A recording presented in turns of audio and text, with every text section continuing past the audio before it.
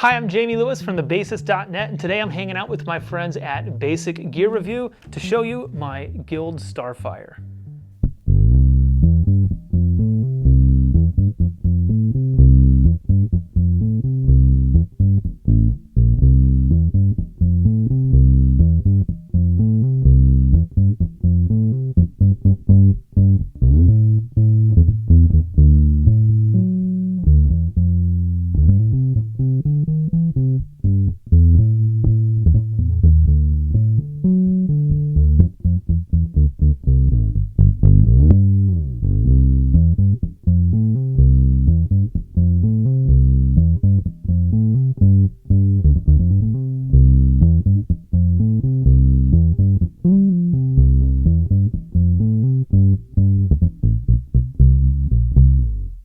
And actually the story with this bass is very similar to my Gibson Grabber, where I wanted one for a really long time, but I'm such a cheap ass that I won't pay real money for it. So I just kept an eye out at pawn shops and eBay and Craigslist, and finally one showed up that was just completely gutted. It had no pickup.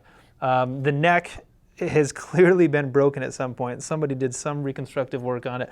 It's all dinged up. It was made in 1960 something, and so it's seen some better years. You know, it's seen some action, and I just love it. I fell in love with it. I put a Dark Star pickup in it. The bridge is obviously aftermarket. I have no idea what was on there before. It just came this way, and yeah, good things come to those who wait.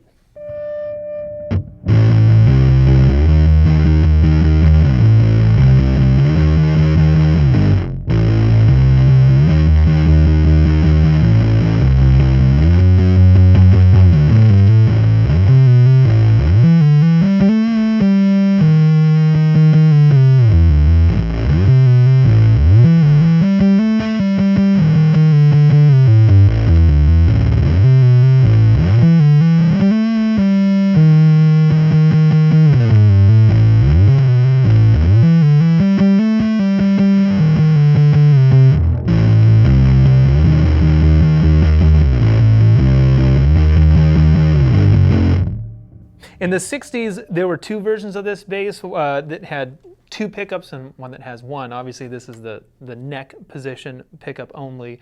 And so it's just got a really woolly, woofy tone, but you would be surprised at how much top end this thing actually has. So when I roll the tone knob all the way down, and that's all it's got, volume and tone.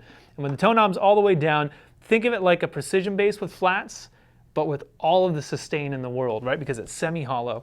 And so it's just a fuller sound than what you would normally get from that old school P bass with flats. But then if you bring the tone knob all the way up, it's got so much brightness to it that you really wouldn't be able to tell that it's this old semi-hollow bass.